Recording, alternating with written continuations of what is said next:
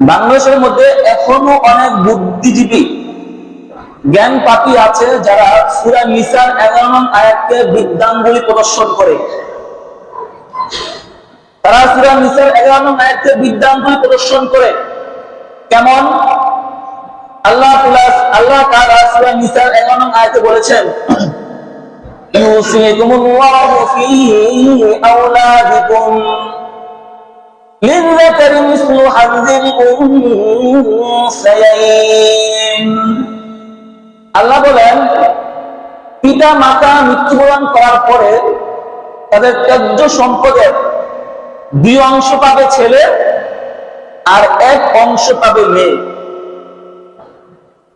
পিতা মাতা মৃত্যুবরণ করার পরে ওই পিতা মাতার ত্যায্য সম্পদের 2 অংশ পাবে ছেলে আর 1 অংশ পাবে মেয়ে। আমার জানা মতে এই আয়াতের সর্বপ্রথম বিদ্রোহ ঘোষণা করেছিল তসলিমা নাসরিন নামক এই নাস্তিক। সে বলেছিল যে আল্লাহ তাকে বিধান দিয়েছেন যে পিতামাতার ত্যায্য সম্পদের 2 অংশ পাবে ছেলে, 1 অংশ পাবে মেয়ে। এটা আমি মানি না, এটা নারীর প্রতি অবিচার করা হয়েছে, অর্থাৎ কাজী কোরআন ভুল, এই কোরআনকে আমি মানি না।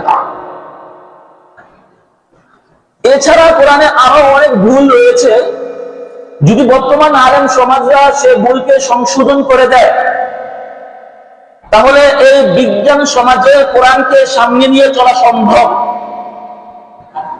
আর যদি বর্তমান আলেম সমাজরা সেই ভুলকে সংশোধন করে না দেয়, তাহলে আধুনিক বিজ্ঞানের জমানার মধ্যে কোরআনকে সামনে নিয়ে চলা সম্ভব না। নাউজুবিল্লাহ। যখন তসলিমা নাসরিন এই কথা বলেছিল, তখন বাংলাদেশ 16 কোটি মানুষ এক সময় এক বাক্যে গর্জে উঠেছিল, যার কারণে তসলিমা নাসরিন রাতের আধারে বোরকা পরে সুইডেন পালিয়ে যায়। যখন তসলিমা নাসরিন সুইডেন পালিয়ে যায়, তার যাওয়ার পরে একটা বাংলাদেশ সংসদ নির্বাচন হয়েছিল। যে সংসদ নির্বাচনে একজন মহিলা সংসদ সদস্য হয়, যার নাম ফরিদা রহমান। 2009 সালের কথা এটা। তো যখন ফরিদা রহমান তিনি সংসদ নির্বাচিত হন, তখন তিনি পত্র পত্রিকায় এবং মিডিয়ার সামনে এসে বলেছিল যে আমি তসলিমা নাসরিনের মতো কোরআনকে ভুল বলি না, তবে কোরআন যে বিধান দিয়েছে পুরুষ পাবে 2 অংশ আর মেয়ে পাবে 1 অংশ, এটা অবশ্যই কোরআন নারীর প্রতি অবিচার করেছে। তবে আমি এটা মানি না যদি সমান সমান ভাগ নেওয়া হয়, অর্থাৎ ছেলে 1.5 অংশ মেয়ে যদি 1.5 নেওয়া হয়, তাহলে গুনাহ হবে। আল্লাহ কোথাও এটা বলেন নাই। আমি কোরআন শুরু থেকে শেষ পর্যন্ত পড়েছি, আল্লাহ এমন কথা কোথাও বলেন নাই। আচ্ছা, আল্লাহ বলে নাই? আল্লাহ সূরা নিসার 11 আয়াতে বলেছেন ছেলে পাবে 2 অংশ আর মেয়ে পাবে 1 অংশ। 12 নং আয়াতে আল্লাহ বলেছেন আর কে পাবে কত অংশ। 13 নং আয়াতে বলেছেন তিলকা হুদুদুল্লাহ, এগুলো হচ্ছে আল্লাহর বিধান। 14 নং আয়াতে বলেছেন যে এই বিধানকে মানবে না সে যাবে জাহান্নামে। ফরিদা রহমানের মাথায় হাত। আরে ভাই, ছেলে 2 অংশ মেয়ে 1 অংশ নাম হলে জাহান্নাম? না, এটা নাম হলে জাহান্নাম নয়। কোরআনের একটা বিধানকে না মানার কারণে জাহান্নাম। এখন কথা হলো, যদি তসলিমা নাসরিন কাফের না হয়ে থাকে, তাহলে কাদিয়ানী কোন দেশে কাফের? কাদিয়ানী সূরা আহজাবের 40 নং আয়াতকে বিশ্বাস করে না। ঠিক তদ্রূপ তসলিমা নাসরিনও সূরা নিসার 11 নং আয়াতকে স্বীকার করে। তাহলে বুঝতে হবে কাদিয়ানী যে দেশে কাফের, তসলিমা নাসরিনও সে দেশে কাফের, আর তসলিমা নাসরিন যে দেশে কাফের, ফরিদা রহমানও সে দেশে কাফের। তসলিমা নাসরিন কোরআনকে ডাইরেক্ট ভুল বলেছে, আর ফরিদা রহমান কোরআনকে ভুল সাব্যস্ত করেছে, অর্থাৎ উভয়ের ভুল, দোষ একই। তাহলে ফরিদা রহমানের কোরআন পড়া হলো কেমন? ওই 6 অন্ধ ব্যক্তি হাতি দেখার মতো, যে 6 অন্ধ ব্যক্তি হাতি দেখেছে লম্বা ঘটনা, ঠিক তদ্রূপ ফরিদা রহমানও তেমন কোরআন পড়েছে। শুধু তাই নয়, বর্তমানে বাংলাদেশে এমন অনেক বুদ্ধিজীবী আছে, মাথা মোটা বুদ্ধিজীবী আছে, যারা এই আয়াতের মধ্যে যুক্তি খুঁজে, যুক্তি কি যুক্তি? তারা বলে একই বাবার সন্তান ছেলে মেয়ে, ছেলের যেমন খাবারের প্রয়োজন, মেয়ের তো খাবারের প্রয়োজন, ছেলের যেমন পোশাকের প্রয়োজন, মেয়েও তো পোশাকের প্রয়োজন, ছেলের যেমন বাসস্থানের প্রয়োজন, তো মেয়েও তো বাসস্থানের প্রয়োজন। তাহলে কোরআন কেন এখানে গিয়া করো? কোরআন যে করলো ছেলের দুই অংশ, মেয়ের এক অংশ, ছেলেরও প্রয়োজনটা মেয়েরও প্রয়োজনটা, বলে যে ভিন্ন করলো কেন কোরআন? তাহলে কোরআন কি নারীর প্রতি অবিচার করে না? এটা আসেন, কোরআন নারীর প্রতি অবিচার করছে না সুবিচার করছে এটা পরে, আর আপনারা আউযুবিল্লাহ বলবেন না নাউযুবিল্লাহ বলবেন এটাও পরে। আসেন দেখেন, আল্লাহ তাআলা একজন বাবার ঘরে যখন ছেলে সন্তান জন্মগ্রহণ করে, জন্মগ্রহণ করার পরে ওই সন্তানের জন্মের পর থেকে নিয়ে সাবালেগ হওয়া পর্যন্ত বাবার দায়িত্ব, সাবালেগ হওয়ার পর থেকে নিয়ে ছেলের দায়িত্ব। অর্থাৎ যদি কোনো বাবা তার সন্তানকে সাবালেগ হওয়ার পরে তার লালন পালনের দায়িত্ব ছেড়ে দেয়, তাহলে ওই বাবার আল্লাহর কাছে প্রশ্ন জবাবদিহিতা করতে হবে না। সাবালেগ হওয়ার পর নিজের দায়িত্ব, ওই সন্তানের নিজ খরচে সে বিবাহ করবে, ওই সন্তান বিবাহ করার পরে সন্তান হলে ওই সন্তানকে সে পালতে হবে। অর্থাৎ বোঝা গেল একটা সন্তান সাবালেগ হওয়ার পর থেকে নিয়ে তার খরচের খাত তিনটা। সাবালেগ হওয়া পর্যন্ত তার নিজের খরচ নিয়ে চলতে হবে, বিবাহ করতে হবে এবং বউকে চালাতে হবে নিজের খরচে, এবং বিবাহ পর থেকে নিয়ে সন্তান হলে সন্তানের খরচ নিজেকেই দিতে হবে। আমরা বুঝতে পারলাম একজন সন্তানের, একজন ছেলের জন্মের পর থেকে নিয়ে মৃত্যু পর্যন্ত তার খরচের খাত হচ্ছে তিনটা।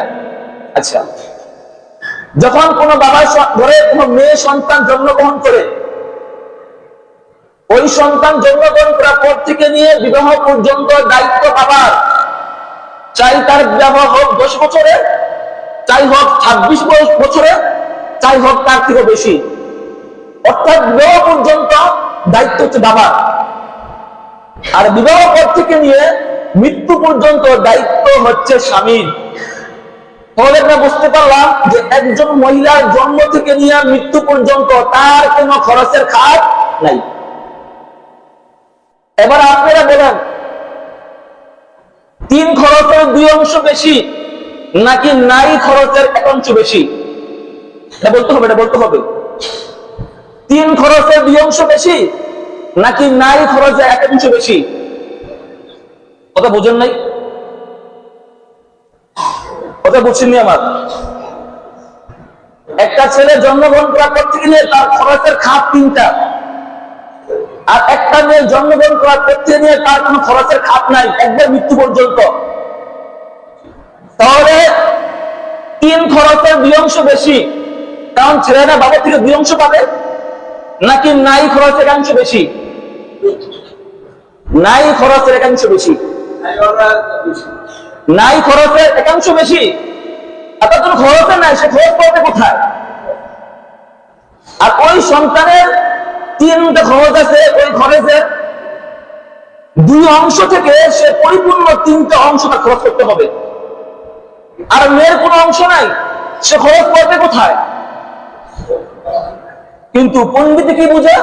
পণ্ডিতে বুঝে যে 1 থেকে 2 বেশি। কি বিধানের ভুল নাকি পণ্ডিতের মাথায় গন্ডগোল? পণ্ডিতের মাথায় গন্ডগোল, বিধানের কোনো ভুল নাই।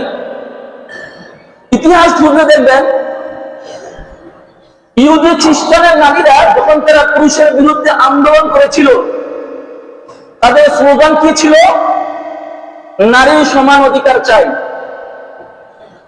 আজকে বর্তমান সমাজে যে ইহুদি খ্রিস্টানের প্রেতাত্মারা হয়ে যারা নারীর সমান অধিকার করে চিল্লায়, তারা আসলে সমান অধিকার চায় না, তারা মূলত ইহুদি খ্রিস্টানের দালাল। কারণ আল্লাহ তাআলা এবং রাসূল সাল্লাল্লাহু আলাইহি ওয়াসাল্লাম বলে দিয়েছেন যে আমি নারীকে পুরুষ থেকে হয়তো দিয়েছি সমান অধিকার, নয়তো দিয়েছি অগ্রাধিকার। আর তারা 300 বছর আগে চাইলো সমান অধিকার। কেন? কারণ তারা কোরআন পড়েও না, বুঝেও না, জানেও না। এবার আসেন, কোনটা সমান অধিকার আর কোনটা অগ্রাধিকার একটু কোরআনের আলোকে বোঝার চেষ্টা করি। আল্লাহ তাআলা কোরআনের মধ্যে বলেন, ওয়ালাহুন্না মিসলুল্লাযী আলাইহিন্না বিল মা'রুফ। লাহুন্না মহিলাদের অধিকার, আর আলাইহিন্না পুরুষের অধিকার। আল্লাহ এখানে পুরুষের মহিলাদের আগে এনেছেন, পুরুষেরটা পরে এনেছেন। এই শব্দের মারপেশ বুঝতে হলে একটু জাস্টিফাই করা দরকার। আসেন, যখন কোন ছেলে তার বাবার ঘরে জন্মগ্রহণ করার পর থেকে নিয়ে আমরা কি বলেছিলাম, সাবালক হওয়ার পর্যন্ত বাবার দায়িত্ব, তারপর থেকে নিয়ে বাবার দায়িত্ব নাই। যদি ওই বাবা ওই সন্তানের লালন পালন করে, মনে করবেন এটা হচ্ছে দয়া ইসলাম, ভালোবাসা আবশ্যক ছিল না। আর যখন কোন মেয়ে জন্মগ্রহণ করার পর থেকে নিয়ে বিবাহ পর্যন্ত বাবার দায়িত্ব, চাই বিবাহ হোক 10 বছরের, চাই হোক 20 বছরের, চাই হোক 30 বছরের, বিবাহ পর থেকে নিয়ে মৃত্যু পর্যন্ত দায়িত্ব কার? স্বামী। তারপর আসেন,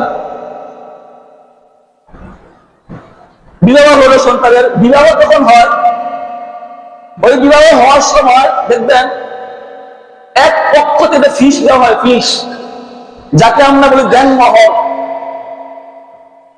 তখন কথা হলো, ছেলের যেমন বিবাহের প্রয়োজন, মেয়েও তো বিবাহের প্রয়োজন আছে না? আচ্ছা, উভয়ের বিবাহ প্রয়োজন আছে। তাহলে শরীয়ত কেন এক পক্ষ থেকে ফিস নির্ধারণ করলো? ছেলের পক্ষ থেকে 16 আনা দিতে হয় পরিপূর্ণভাবে, আর মেয়ের পক্ষ থেকে কোনো ধরনের পয়সা দিতে হয় না। শরীয়তের নিয়মটা এমন কিনা কথা বলেন? এমন। এখন কথা হলো যে প্রয়োজন তো উভয়ের, ছেলের বিবাহ প্রয়োজন, মেয়ের বিবাহ প্রয়োজন, উভয়ের প্রয়োজন হলো, উভয়ের পক্ষ থেকে ফিস দেওয়া দরকার ছিল, দেনমোহর দরকার ছিল। কিন্তু না, শরীয়ত নির্ধারণ করেছে ছেলে দিবে এক অংশ বা 16 আনা দিবে, আর মেয়ে কোনো অংশ দিবে না। এটা কি সমান অধিকার নাকি অগ্রাধিকার? কথা বলেন, এটা অগ্রাধিকার। যদি মেয়ে দিত তাহলে বুঝতাম না সমান অধিকার হয়েছে। যেহেতু মেয়ে দেয় না, তার মানে কি এটা অগ্রাধিকার, একচেটিয়া অধিকার এটা। আচ্ছা, তাহলে যৌতুক এটা কি? যৌতুক এটা হচ্ছে হিন্দুয়ানি সংস্কার থেকে আমদানি করা হয়েছে। হিন্দুদের ধর্মের নিয়ম হচ্ছে যে বাবার ত্যায্য সম্পদের কোনো অংশ মেয়ে পাবে না, পরিপূর্ণ অংশ ছেলে পাবে। যার জন্য বিয়ের সময় মেয়েকে যৌতুক হিসাবে যা দেওয়ার দিয়ে দেয়। আচ্ছা, বর্তমান সমাজে যে ছেলেরা শ্বশুরের কাছে বিভিন্ন ভাইনা করে ফ্ল্যাট কোনটা দিবেন, গাড়ি কোনটা দিবেন, জমিন কোনটা দিবেন, টাকা কয় বান্ডিল দিবেন, এগুলো সে প্রাপ্য না এগুলো শ্বশুরের কাছ থেকে। মনে রাখবেন, যেটা প্রাপ্য না, প্রাপ্য ছাড়া যে জিনিসটা চাওয়া হয় এটা হচ্ছে ভিক্ষা। আরে বেড়াজা, আরে বেহাইয়া, তুই ভিক্ষা করতে রাস্তাঘাটে কর, তুই শ্বশুরের ভিক্ষা করস কোন লাজে? মনে রাখবেন, শ্বশুর বাড়ির ভিখারি তারা, শ্বশুরের কাছে যৌতুক চাই যারা। এদের মতো বেহাইয়া, নির্লজ্জ, কাপুরুষ সমাজের মধ্যে আর কেউ হতে পারে না, যারা শ্বশুরে ভিক্ষা করে। কালকে থেকে দেখবেন যে ছেলেরা বিয়ে করবে, তারা শর্ত করবেন যে যদি তুমি সমান অধিকার চেয়ে থাকো তাহলে ঠিক আছে, সমান অধিকার দিব আমি। বিবাহের সময় আমি দিব 3 লাখ, তুই দিবি 3 লাখ, এটা হবে সমান অধিকার। তখন বুঝবে সমান অধিকার কারে কয়। আচ্ছা, বিবাহ গেল, দেনমোহর দেওয়ার পরে, বিবাহ হওয়ার পরে সময় শেষ। বিবাহ হওয়ার পরে ওই স্বামীর উপর দায়িত্ব হয়ে যায় স্ত্রীকে খোরাকি, বুঝেন খোরাকি, অর্থাৎ খাবারের দায়িত্ব স্ত্রী স্বামীর উপর পরিপূর্ণ আবশ্যক হয়ে যায়। স্ত্রী যদি সুইচ ব্যাংকের বা কয়েকটা ব্যাংকের মালিকও হয়, তো স্ত্রীর উপরে স্বামীকে 1 পয়সা দেওয়াও আবশ্যক না। খোরাকি বিবাহ করতে গেলে মৃত্যু পর্যন্ত স্ত্রীকে ধরন পোষণ দেওয়া, পোশাক দেওয়া, এটা স্বামীর আবশ্যক, দিতেই হবে। স্ত্রী যদি কয়েকটা গার্মেন্টস এর মালিক হয়ে যায়, ওই স্ত্রীর উপর স্বামীকে বা সন্তানকে 1 টুকরা কাপড় দেওয়া আবশ্যক না। বাসস্থান বিবাহ করতে গিয়ে মৃত্যু পর্যন্ত স্ত্রীকে বাসস্থান দেওয়া স্বামীর জন্য আবশ্যক। স্ত্রী কয়েকটা ফ্ল্যাট বা কয়েকটা বিল্ডিং এর মালিক হয়ে যায়, তো স্ত্রীর পক্ষ থেকে স্বামীকে 1 ইঞ্চি জায়গা দেওয়া আবশ্যক না। এটা কি সমান অধিকার, নাকি একচেটিয়া অধিকার, নাকি অগ্রাধিকার? এটা কাল থেকে যে ছেলেরা বিবাহ করবে তারা এই শর্ত দিবে, তুমি সমান অধিকার চাও, ঠিক আছে, কাল থেকে নিয়ে বিবাহ করলে তুই দিবি 1 বছর খাবারের পোশাক, আমি দিব 1 বছর খাবার, তুই দিবি 1 বছর পোশাক, আমি দিব 1 বছর পোশাক, তুই থাকবি 1 বছর আমার বাড়ি, পরের বছর আমি সন্তানকে নিয়ে থাকবো তোর বাপের বাড়ি। এটাই হচ্ছে সমান অধিকার। কিন্তু শরীয়ত কি বলছে? না না না না, সব কিছু স্বামীর পক্ষ থেকে স্ত্রী দিবে সমান, স্ত্রীর পক্ষ থেকে স্বামীকে দিবে না 1 আনা। এটাই শরীয়ত, এটাই নারী অধিকার। তবে যদি কোনো স্বামী তালাক হয়ে যায়, ওই স্বামীর উপর আবশ্যক হয়ে যায় স্ত্রীর জ্ঞানমহর এবং স্বর্ণলঙ্কার মাথায় বোঝাই করে স্ত্রীর বাড়িতে পুছিয়ে দেওয়া, তাই স্বামীর আবশ্যক হয়ে যায়। যদি প্রশ্ন করে যায় তুমি থাকবে আমার ঘরে 20 বছর, সব বাদ এগুলা পরিপূর্ণভাবে স্ত্রীর হককে আদায় করে দিতে হবে। এটাই হচ্ছে ইসলাম, শরীয়ত। তারা কোন সমান অধিকার চায় আমি বুঝি না। মনে রাখবেন, যারা ইসলামকে বিক্রি করে, ইসলাম বিরোধী কোন সংস্কার আবশ্যক করে নির্ধারণ করে আমাদেরকে চাপিয়ে দিয়ে আমাদের মা বোনদের উপরে, এটা বাংলা মুসলমান কখনো মানতে পারে না। যারা ইসলামের বিপক্ষে করে, ইসলামের বিরোধী করে আমাদের উপর পাথর ছুঁড়ে মারবে, খোদার কসম আমরা পাহাড় ছুঁড়ে তাদের উপরে। এটাই হচ্ছে সমান অধিকার, এটাই হচ্ছে ন্যায্য অধিকার। এই জন্য তোমার থেকে সে যেটা নিবে এটা ন্যায্য অধিকার। এই যে খাবার, পোশাক, বরং থাকা, সবকিছু ন্যায্যতার অধিকার। এটা তুমি প্রাপ্য এমন না, এটা শরীয়ত তোমার নির্ধারণ করে দিয়েছে, এটা দিতে হবে। এটা আসেন, সময় শেষ, বাকি কথা হবে আগামী সপ্তাহে ইনশাআল্লাহ।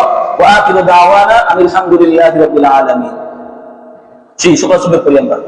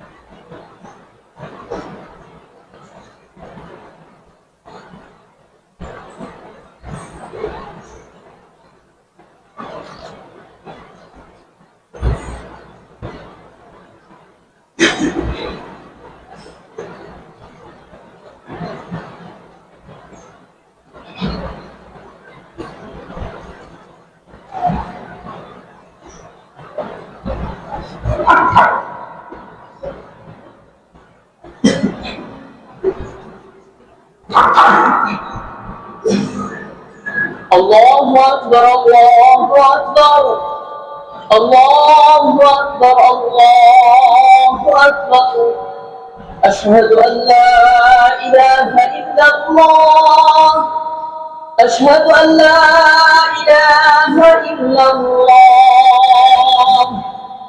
أشهد أن محمدا رسول الله أشهد أن محمدا رسول الله حي على الصلاة حي على الصلاة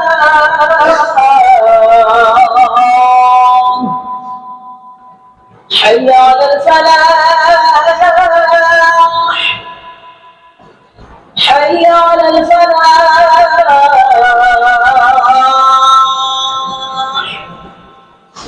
الله أكبر الله أكبر لا إله إلا الله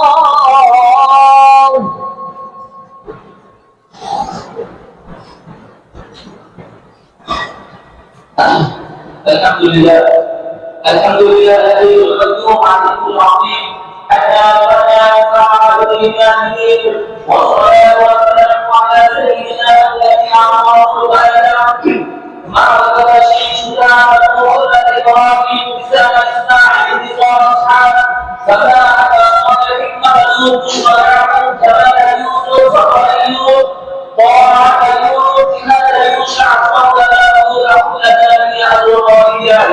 جند عيسى وموسى سليمان صلى الله عليه وعلى اله واصحابه واتباعه الى يوم الدين فاعوذ بالله من الشيطان الرجيم بسم الله الرحمن الرحيم يا ايها الذين امنوا اذا نودي للصلاه في يوم الجمعه فاسعوا الى ذكر الله وذروا البيع ذلك خير لكم ان كنتم تعلمون وقال تعالى في آية أخرى يا أيها الذين آمنوا اتقوا الله حق تقاته ولا تموتن إلا وأنتم مسلمون وقال تعالى في آية أخرى يا أيها الذين آمنوا اتقوا الله وقولوا قولا سديدا يصلح لكم أعمالكم ويغفر لكم ذنوبكم ومن يطع الله ورسوله فقد فاز فوزا عظيما بارك الله لكم في القرآن العظيم ونفعنا إياكم بالآيات والذكر الحكيم.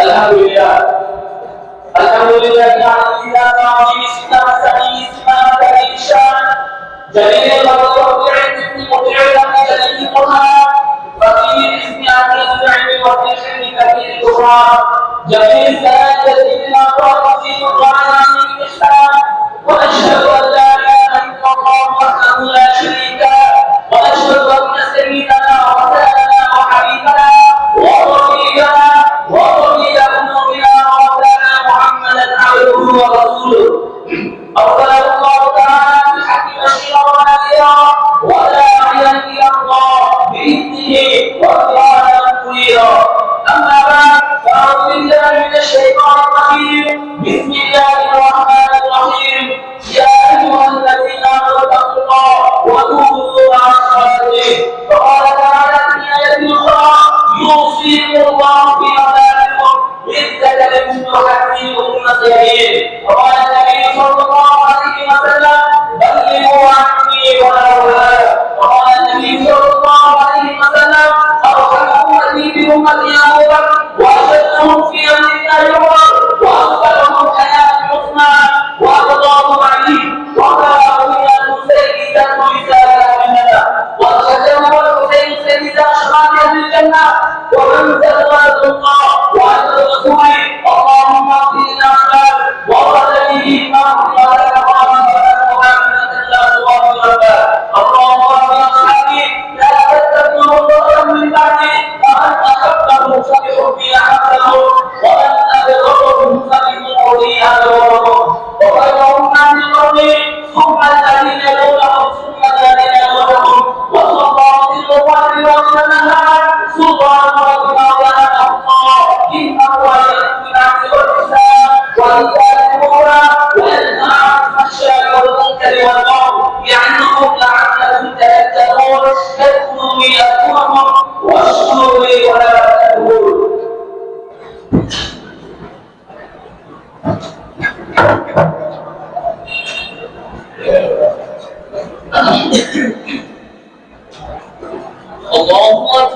الله أكبر الله أكبر الله أكبر أشهد أن لا إله إلا الله أشهد أن لا إله إلا الله أشهد أن محمدا رسول الله أشهد أن محمدا رسول الله حي على الصلاة حي على الصلاة حي على الفلاح حي على الفلاح قد قامت الصلاة قد قامت الصلاة الله أكبر الله أكبر لا إله إلا الله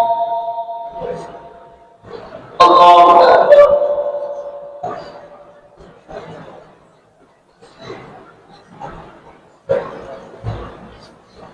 الحمد لله رب العالمين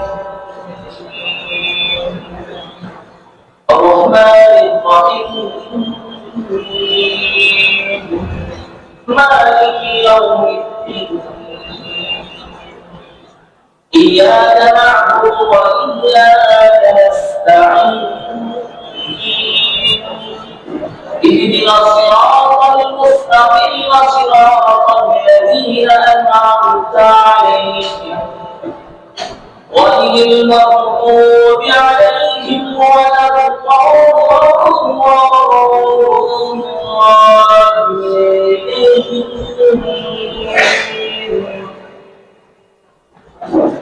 سبح اسم ربك الأعلى الذي خلق فسوى والذي قدر فهدى والذي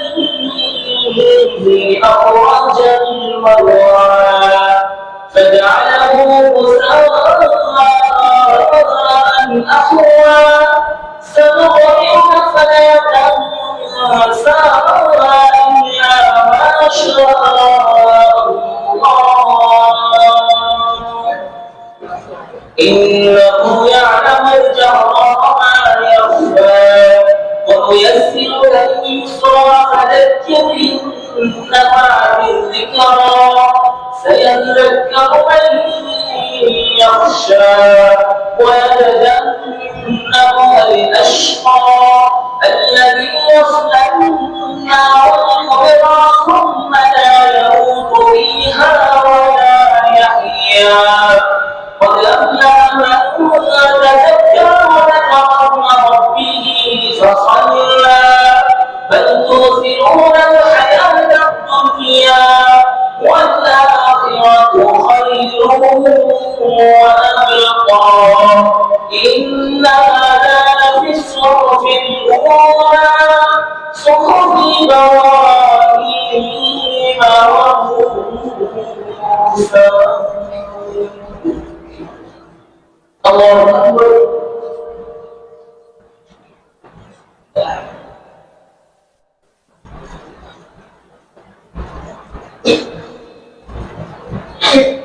سمع الله لمن حمده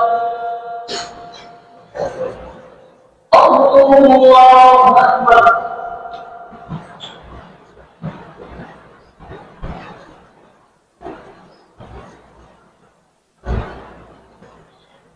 الله أكبر الله أكبر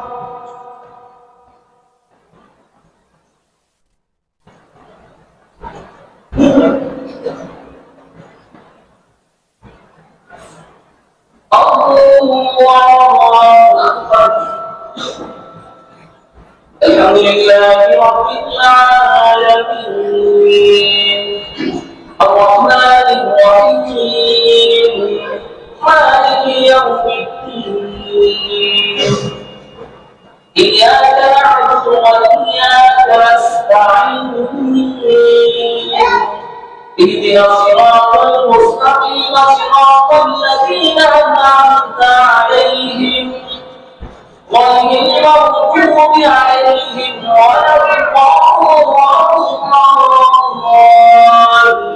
الضالين أفلا ينظرون إلى الإبل كيف خلقت وإلى السماء كيف رفعت كيف نصبت وإلى الأرض كيف صبحت فذكر إنما أنت مذكر لست عليهم بمسيطر إلا من تولى وكفر فيعذبه الله العذاب الأكبر إن إلينا إيابهم ثم إن علينا حسابهم. الله أكبر.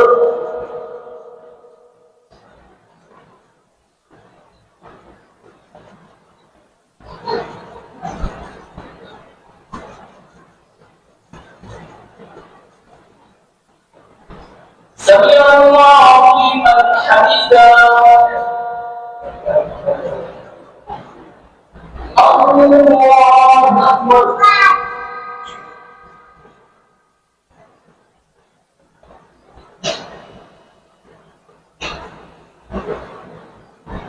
الله أكبر. الله أكبر.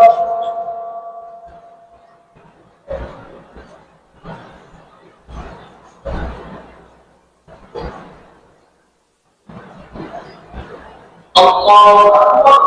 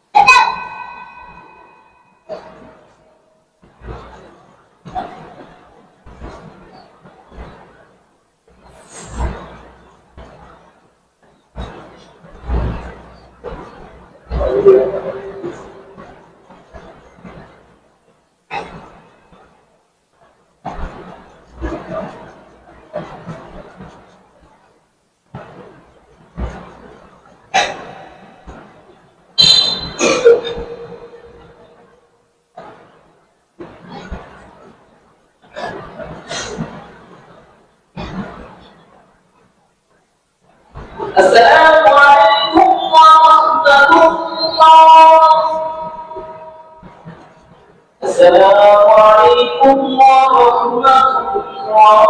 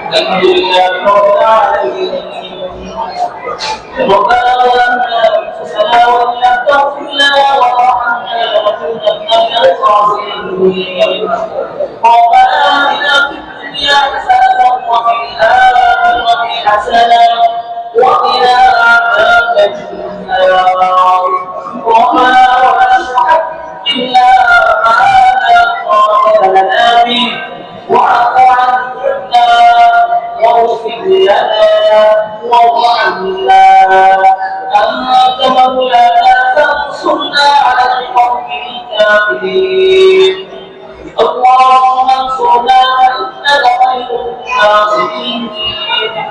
اللهم انصرنا فإنك خير الحافظين.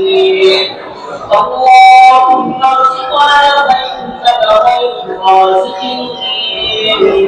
أصلح لنا شأننا كله ولا تكلنا إلى أنفسنا طرفة عين حسبنا الله ونعم الوكيل نعم المولى ونعم النصير اللهم تقبل صيامنا وقيامنا وركوعنا وسجودنا كما تقبلت من عبادك الصالحين يا رب العالمين يا اكبر الحاكمين سبحان ربك يا مشرك الله الله سبحانه وتعالى يا الله وكل شر سنك يا الله kami syahid dari Allah Allah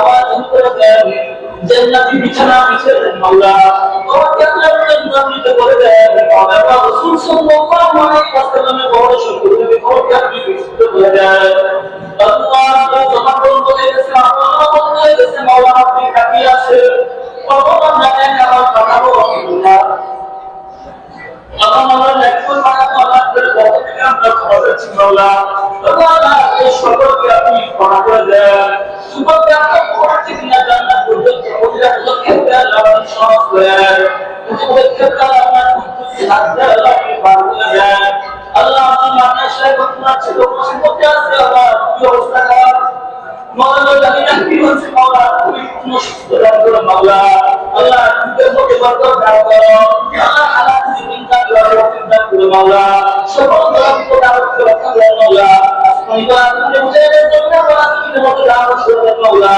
আল্লাহ সকল ধরনের কাশিতে মুক্তি করো মাওলা অবাধ্যে মুক্তি করো মাওলা বিঘ্নে মুক্তি করো মাওলা সকল ধরনের প্রেরণা স্বাধীনতা সকল ধরনের মুসিবত রক্ষা করো মাওলা হিংসা রক্ষা করো बहुत कम करके अल्लाह की बेकुन औला करने वाला अल्लाह हमारा करने में उसके वाला कोई मुश्किल करने वाला अल्लाह कोई को नसीब है आज है कामिल है मुश्किल वाला সকল ব্যক্তি আল্লাহ করেন সকল को দাওয়াতি আল্লাহ को করতে वाला अल्लाह कोई को मुश्किल करने वाला अल्लाह जिन्हें पूरा चिंता करने वाला अल्लाह बाकी शुक्र को सुनने का तौफीक दे वाला अल्लाह हम सबका तौफीक करें Allah যে সকল থেকে আল্লাহ আমাদের কিয়ামতের মাঠে গর্ব করতে পারে এমন সত্যি গর্ব কিতাবের মাওলা আল্লাহ এমন সত্য মাত্র ফিরেন না যে সত্যকে আল্লাহ আমাদের কিয়ামতে লাঞ্ছিত করে এমন সত্য নাও কিতাবের মাওলা আল্লাহ আমাদের সত্য গর্ব কিতাবের মাওলা আল্লাহ